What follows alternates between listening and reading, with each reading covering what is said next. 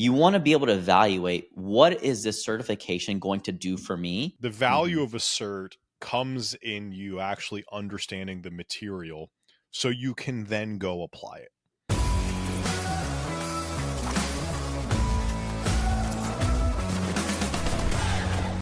Certifications are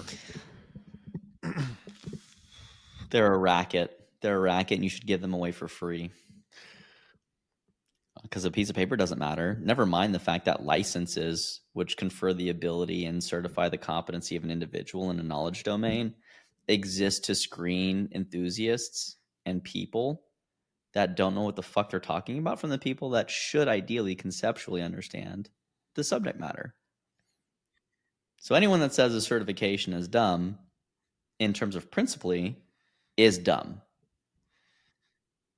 including our favorite person. And I mean, I'll add a level of context that I think I'm understanding through said messaging, and the general idea behind it, which this isn't me agreeing right now. Let me throw that out first, but the general idea is, oh, everybody charges all this money for certifications. I'm going to make it free and I'll just put it out to the world because after all, we're trying to create impact. We're going to do all this stuff. And a certification by itself means absolutely nothing unless you know how to apply it, right? Like that's the whole messaging. And again, I could be 99% off base, but I feel like, Sure. yeah, Our I interpretation. feel like I'm better than 50% on the dot on this one, right? I understand enough, but you know, it's the whole education without application is useless. Sure, if you know something and don't take action, it doesn't really matter how much you know. I agree with that statement. But let's flip it on its head. Application without education, also dumb. Like, it just doesn't work. Like, they are those like these are some of the pairs of things in life that just go with each other. They are both needed to create the outcomes that you desire or you desired by going and taking whatever your first step was anyways. So they're just both important. And I don't think that this is like an opinion thing. Like, I feel like if you're listening, understanding the concept, the education around the material, the book smart video checkboxy stuff, and I'll be the first one to say, I've also said, I don't think that everybody has to go to school and college and things like that is worthless, right? I've said that. Same token, I think that there are institutional education mechanisms that are still useful and you can find elsewhere when you don't have to necessarily go to college for. But like, I think we can all agree you have to understand the concepts and you have to apply them, and then that's how you create success. Like, I don't feel like there's many people are going to turn around and say, no, just take action on shit you don't know, it'll be great. Or vice versa. No, you don't have to take any action, but you can be the smartest person in the world. You'll be great. Like, both of those scenarios don't exist. If you disagree, I'd love to just chat about it and learn your point, because I don't know, I just don't see it that way. Yeah, you're just wrong if you don't see. I'm kidding. Right, and I think that you really there's the idea that you should let execution inform your next education, and you know, if you don't know, and this is where when we think about the way that, so let's just be clear. We agree with some of the underlying conceptual elements of the assertion that without context, without the ability to apply the information that you've learned in a specific situation for benefit either for yourself or your consumer, it's probably not the most worthwhile investment of your time unless you just genuinely love learning. And there are people that do exist in that world, and they actually make phenomenal researchers. There is a profession for them. You literally just go in, you put people in a lab, and you fuck around and find out. Right? For the people that like more apply, and that's called basic research, by the way. For the listeners that don't know, like, people literally will just go do some scientific esoteric stuff that literally you will almost never apply. And then you have applied researchers that'll go in and look at that random theory that some obscure scientist in his mom's basement came up with and figure out how to make that applicable with real people. And so you need both. And anytime anyone's super one way or the other, chances are they never really had a lot of experience in the opposite end. And, and at the end of the day, like, you don't know what to learn if you don't get your hands messy and get in there and start looking at where your limitations are.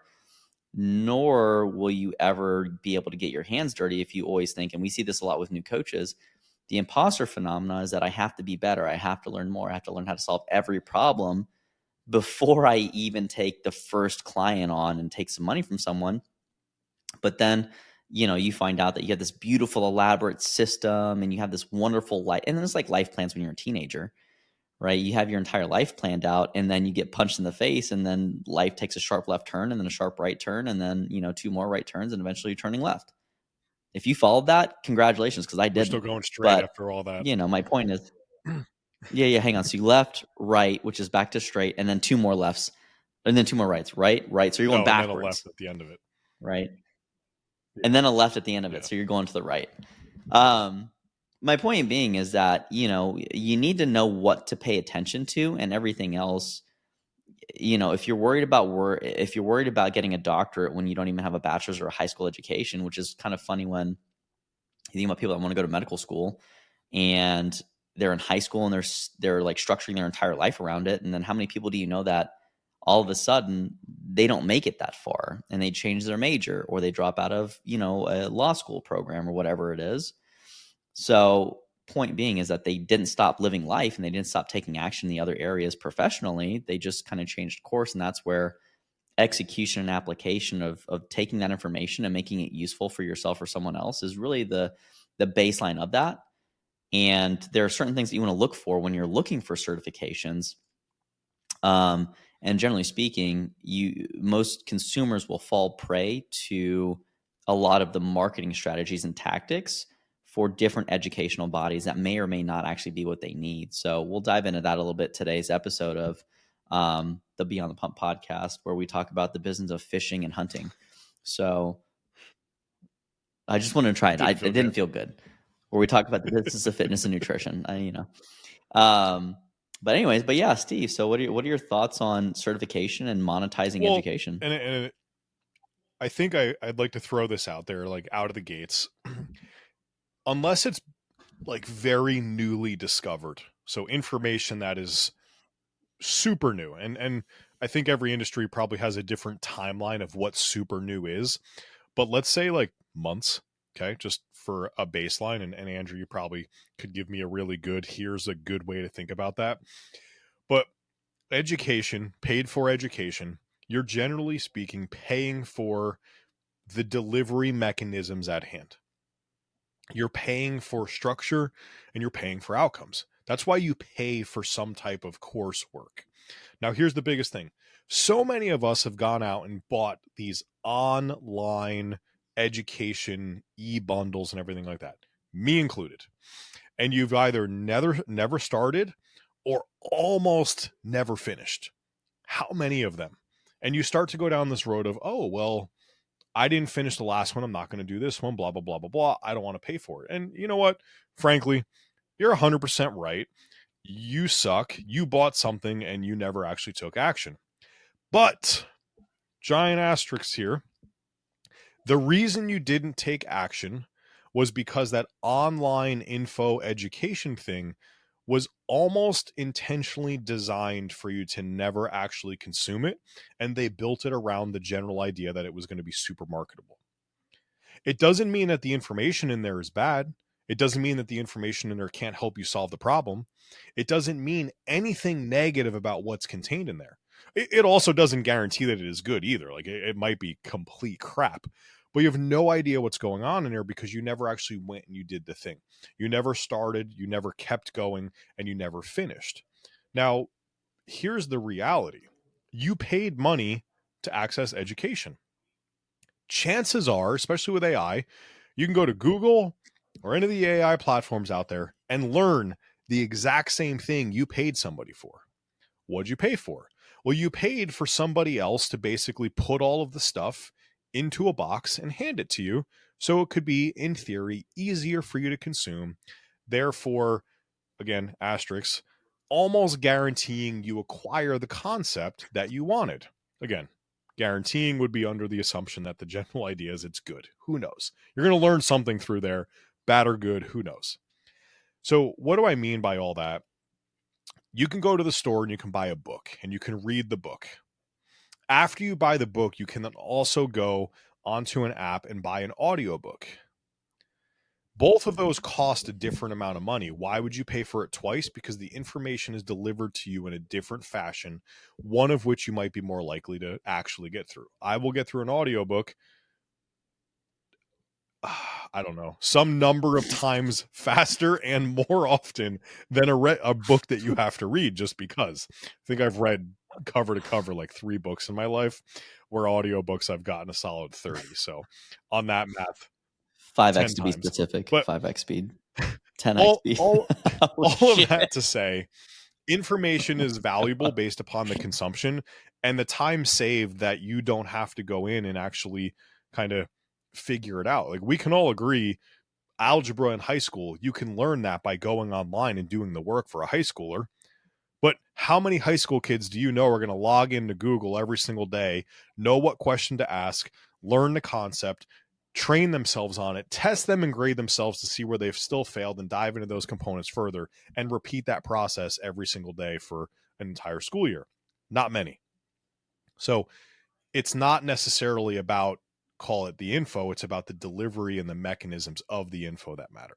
That's my quick diatribe of like why certifications and where the value comes from. And I, Andrew, I'd also be curious, just I'm way less school than you are. You are very much more the idea of understanding that stuff. So like, what are your thoughts? Yeah, I mean, so I agree with everything that you said.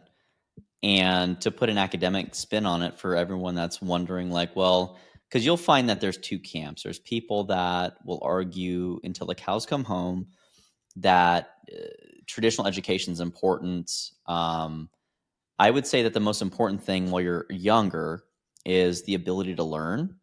And I think that with today's access to information, the most important thing you can do is actually be a pass through for information, because you don't need to memorize anything or much of anything anymore.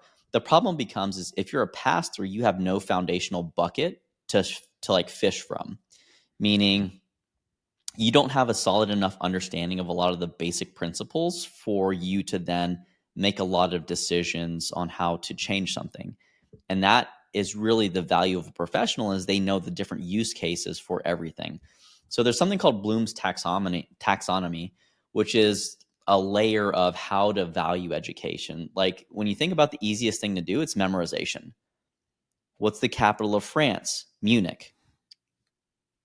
Yeah, no, it's not. It's not Paris, right? Actually, is it Paris? Bro, don't ask. I might have just. I You might want be to know one fucking thing dumb I as shit didn't right do now. well in Everyone's school? like, "Oh, he's an I didn't American." memorize things well because I was always like, wait, why does this matter to me? Mhm. Yep. And so when you think about like how education structured in the American school system, the basic stuff is like learn the alphabet. You learn one letter at a time, right? And then eventually start putting those into words and finding syllables and phrases, and like you kind of build sentences and change it. So there's a scaffolding effect here of like, if you don't understand the basic things, you're going to have a weird hodgepodge of effects. But the bottom line is, remember, recollection, memory, right? Then the next thing is to be able to understand, and then you have to be able to apply that stuff. So application is actually 3 levels up.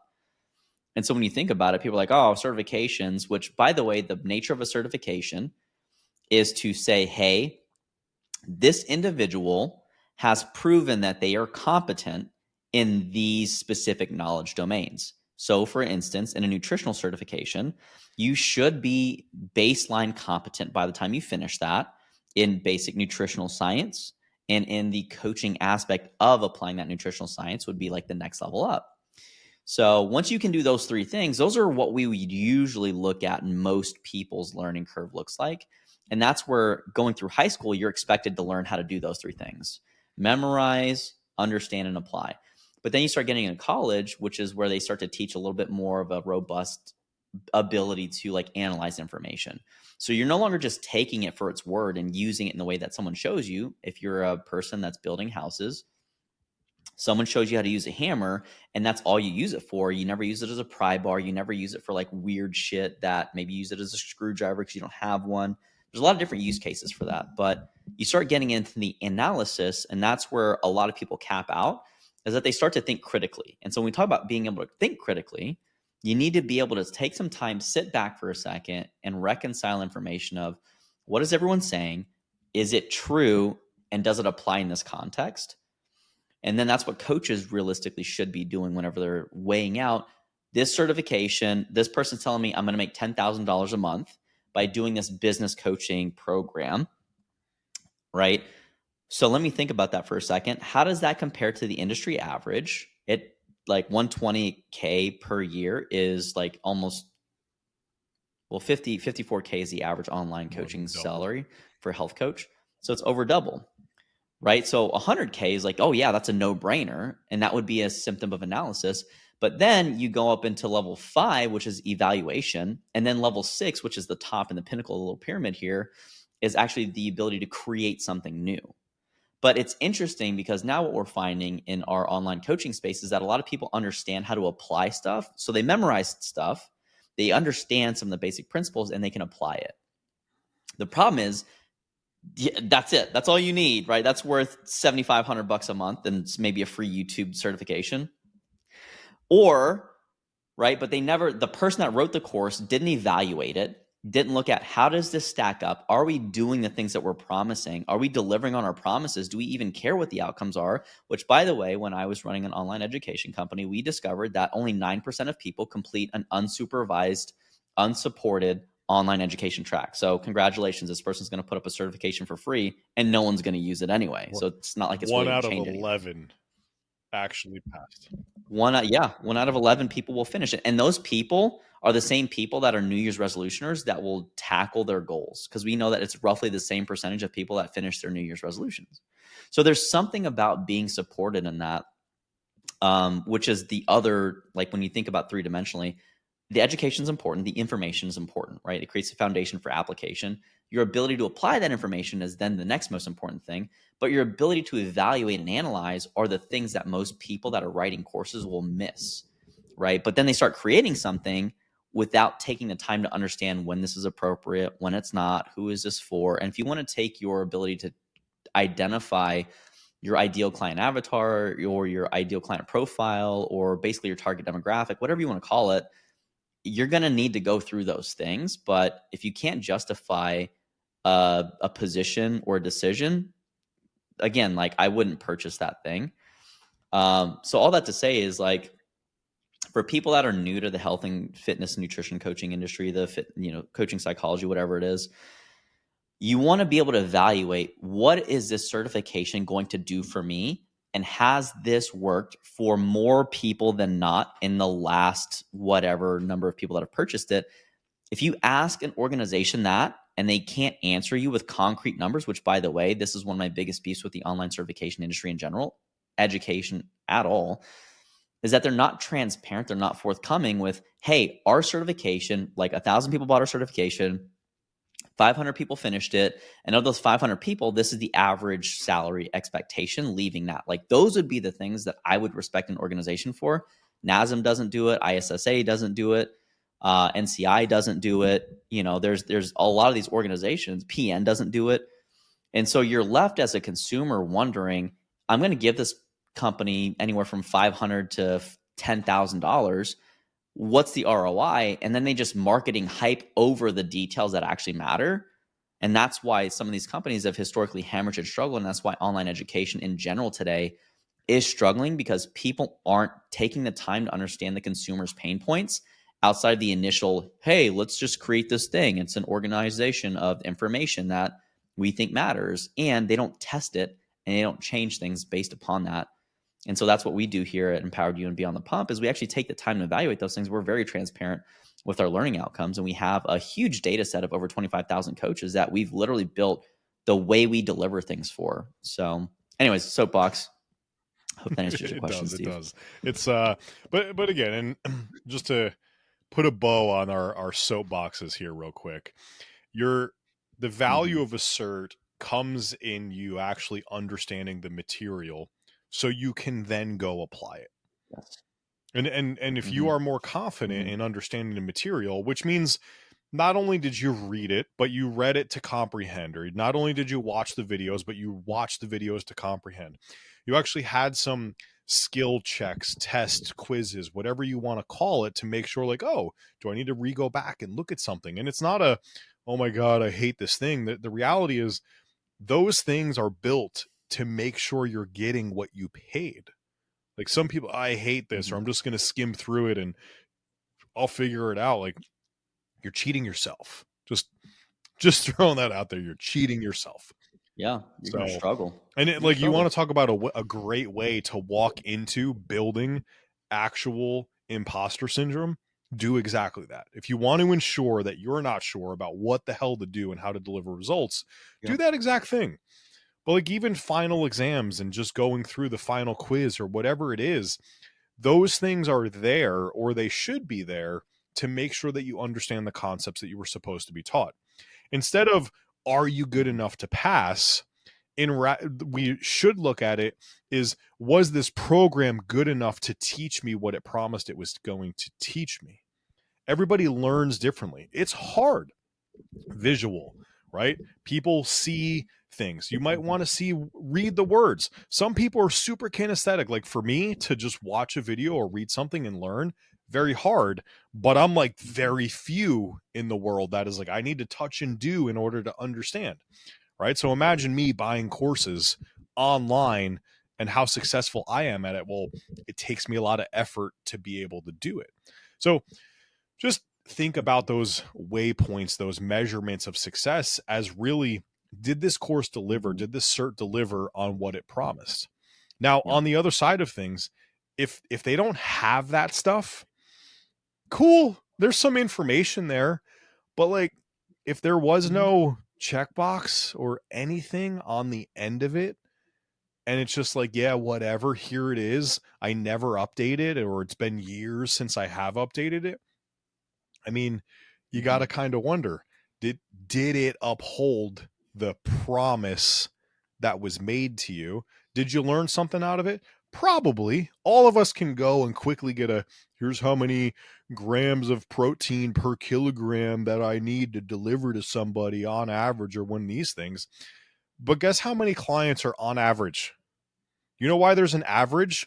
So it can take the big buckets of different clients you have and make the fucking formula, which oddly nobody fits into, because it's the average of everybody. It's not all these fucking people that sit there. Not my domain. Andrew's going to yell at me. Though there's actually 48% of people that actually sit right on the average, Steve, and that's the perfect, blah blah blah. But anyways, you get the point.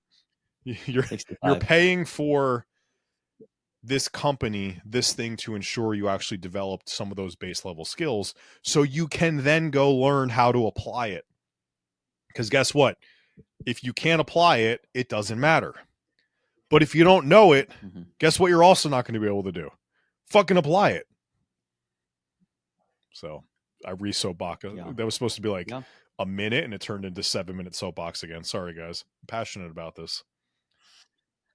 I mean, and it's just the nature of, like, if you don't want to get got, you gotta go in informed, right? That means you need to understand, like, have some kind of general chart, the same way that if you think about like high school or college guidance counselors, they say, hey, you want to have a degree in exercise science, you probably need to take these courses to be competent as an exercise professional, right? Like some kind of exercise testing and prescription, some kind of cardiovascular thing, some kind of biomechanics, exercise phys. Like, those are all pieces of the larger thing, which is, what your certification journey should look like, is that you are picking the things that will help you be the professional that you want to be. Now, I will say this, of, sometimes you don't know what you're buying until you're after you're in there. I used to teach the NASM curriculum when I was a training manager at Lifetime.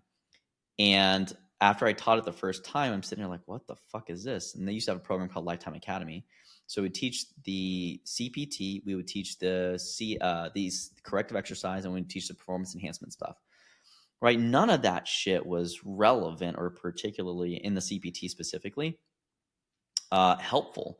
Right? They give you this OPT model, and like, you're trying to, you got Barbara over there is fucking standing on a Bosu ball on one leg trying to do some bicep curls, saying that's going to lead to her having world-class fitness and some body composition changes. Well, not in my book, buddy, right? Because you I just not, remember it's not after going to doing work my out the way that you CES, think about it. every one of my clients now needed to go Christ. through those protocols Yeah. because it was going to solve the world's problem. Mm-hmm. Everybody needs Yeah. this. 100%. Yeah. Everyone's got a movement dysfunction and upper cross syndrome, lower cross syndrome. You're like, dude, fucking calm down, buddy.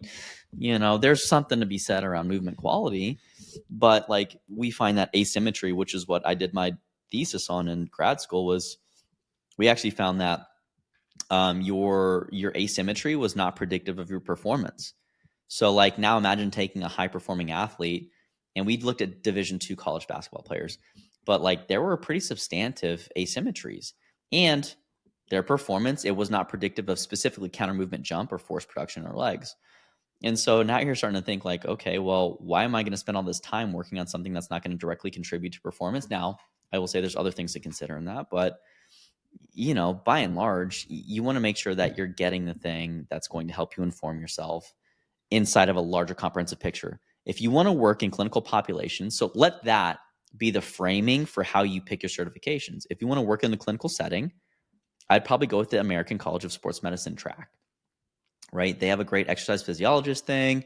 They tend to be a little more clinically inclined, which means that their recommendations are probably going to change and differ a little bit from like the NSCA or the National Strength and Conditioning Association. We'll take part of those guys. Like you guys just give us a kickback if you're listening from those organizations.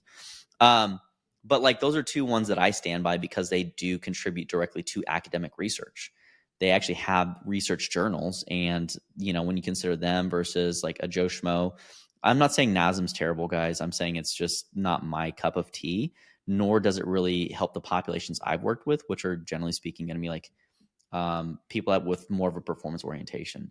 NSCA, if you want to be a college strength coach, if you want to be a strength coach in the pro level, if you want to work with high school athletes, if you want to work with athletes, go get something from NSCA. Don't go to NASM, because if I promise, if you have an athlete stand on a fucking Bosu ball on one leg with bicep curls, we gonna make fun of you on socials. Like I will come after you. I won't do any of that. But I will look at it. I won't say anything. I'll just double tap it. But if you see Andrew Garrison liked your thing, and you have somebody standing on one leg on a Bosu ball doing some bicep curls, you know. But all that to say, like, if you want to go be a personal trainer, NASM is recognized, ISSA is recognized.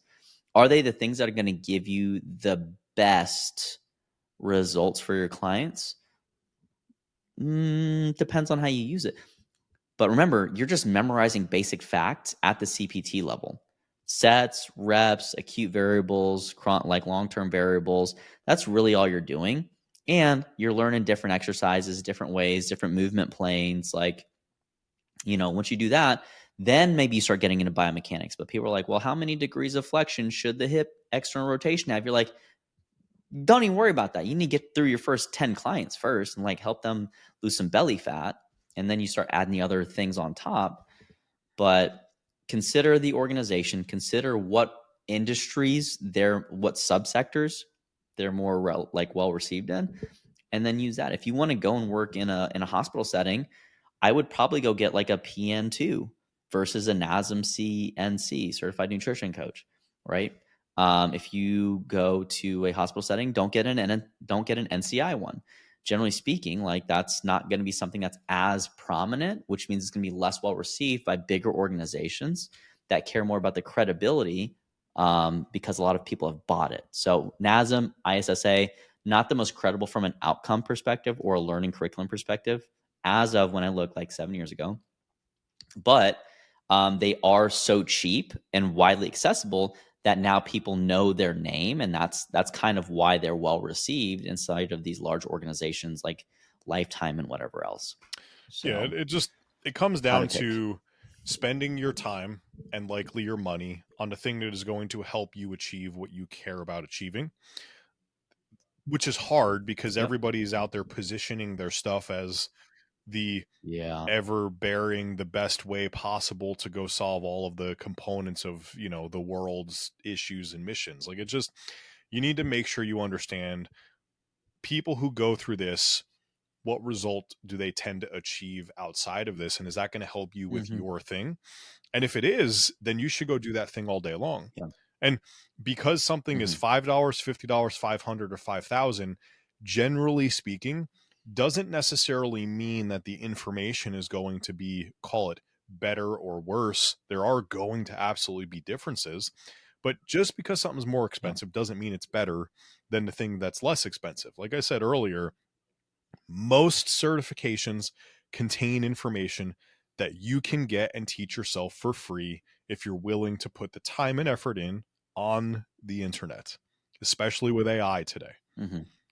The thing that you're paying for is the guarantees, the general ideas that you're going to truly understand the principles, understand the tactics that you can use on the other side of this, and you're going to be tested against it.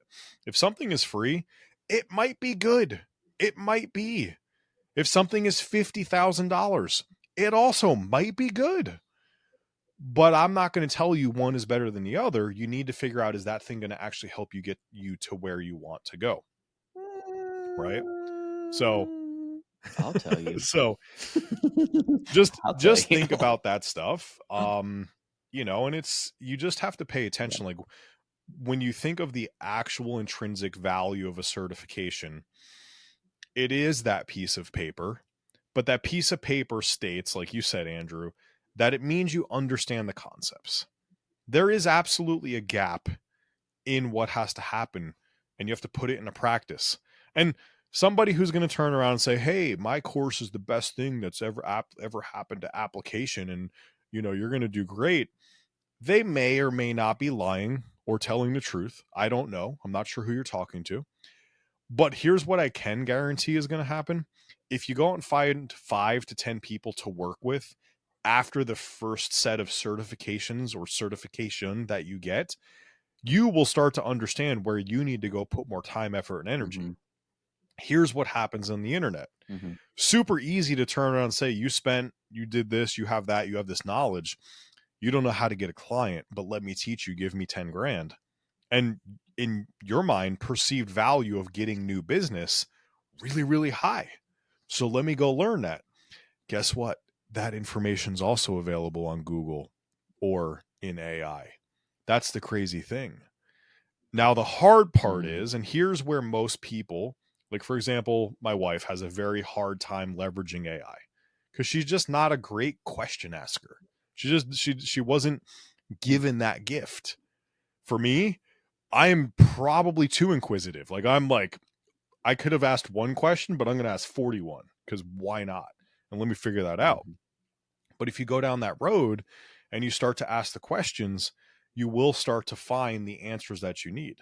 Now, spending money on a coach, spending money on a program, spending on a cert, generally speaking, create an outcome faster, right? More precise and precision around it. Those are things that you should be spending money on. But to Andrew's point, if they don't have a record of the people who have actually achieved those things, I mean, if you're a person that looks at reviews and like, hey, this one has 2 stars or this one has 4.5 stars, and this one has 4.5 stars with 500 reviews versus this 2-star one has like 10 reviews, like, which one are you going with? Which one created the outcomes that they promised they were going to create? Those are the questions you have to ask yourself. Yeah. And I would say take that a step further of go find like 5 to 10 people that are already in that course or have had that experience, and I would ask them, and I would go directly to the consumer. They'll try to put you in front of somebody that will advocate for them. Don't talk to the people that they say, hey, go talk to this person. That person's probably one of those outliers. So, if you're going to go to a Facebook group, if you're going to go on their socials, go to their follower list, go look at something else, and like, again, randomly just reach out to people. And I say like, hey, I'm considering this course. You seem like you've done it before. Can you give me your experience? What did you like? What did you not like? Has it been something that you found worthwhile? Those are really great questions to ask those people. But after you've done the certification, you finished it, which, by the way, like the average time to completion for the 9% of people that did finish it was about 9 months, right? So just keep that in mind as well. but don't buy another certification until you've made your money back using that service. If you spent $2,500 on a nutrition education program, coach $2,500 worth of nutrition coaching before you try to add more information. Otherwise, it's just going to be a paperweight. You're not going to get good at that skill. And it's going to be a great way for you to actually prioritize the education and then the experience on the back end of that. Versus people are like, buy this one and then go buy this lab testing one. And as someone that's bought over 72 different certifications in my life at this point, I would say that it makes more sense for people to buy it, apply it, buy it, apply it, buy it, apply it. And once you make your money back, that's how you start to become more valuable. Of you buy a $1,000, certification for fitness, make your $1,000. That's, $20, $50 sessions. You're probably going to be better off. And now you're going to have a good foundation, and then go buy a nutrition one. That might be $1,000, and then go do $1,000 worth of nutrition coaching, which might be like, 5 clients or whatever. And then use that to kind of scaffold and build. And that's how you really become a confident coach. If you just buy the cert and don't do anything with it, and buy another cert and then buy another cert and then buy another cert, like, what are we doing here? You're just feeding your ego at that point. Andrew, I have a question. Very important question. Steve, you're when muted. You say you have bought over 72 certifications, did you stop counting at 72, and why that number? Or is it actually 72 and you just like, it's just really weird. Like, why didn't you say I've bought over more. 70? Because I update my my resume once career changes usually. And so last time I updated it, it was at 72, and then I had more to add, and I was like, I'm just going to stop adding them. Okay, all right, fair. That makes sense. I was just like, why? Andrew's got some weird affinity with 72. I mean, there is a rule of 72, so it's actually a really good number, which is why it also stood out to me. But anyways. Oh, interesting. No, I just like, it was 2 columns of 36, and you can fit about 36 lines on a Word doc. Yeah. So that's why I was like, I just, you got to start cutting some out. And so, and it's just, to be fair, it's not on like a general, it's not on a specific resume. It's just like on a CV/general thing. That's, it's already like 7 pages long. So I can't keep adding to it. So now I'm at the part of my career where I have to start taking stuff off of it. And frankly, like, I get more value from reading research literature than I do from a certification experience, which the thing that we also neglected to mention is that when you get a certification, you're paying for someone's perspective more than anything.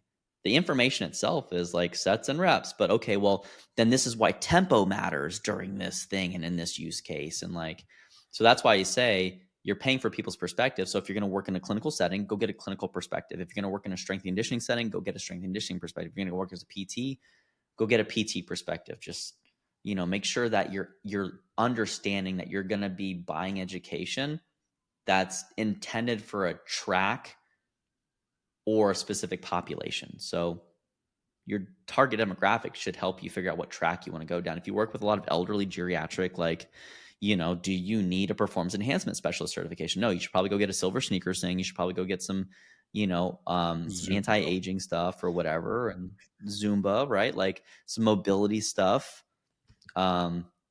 And so that's just very different than getting a bodybuilder ready. And that's why your education should also differ.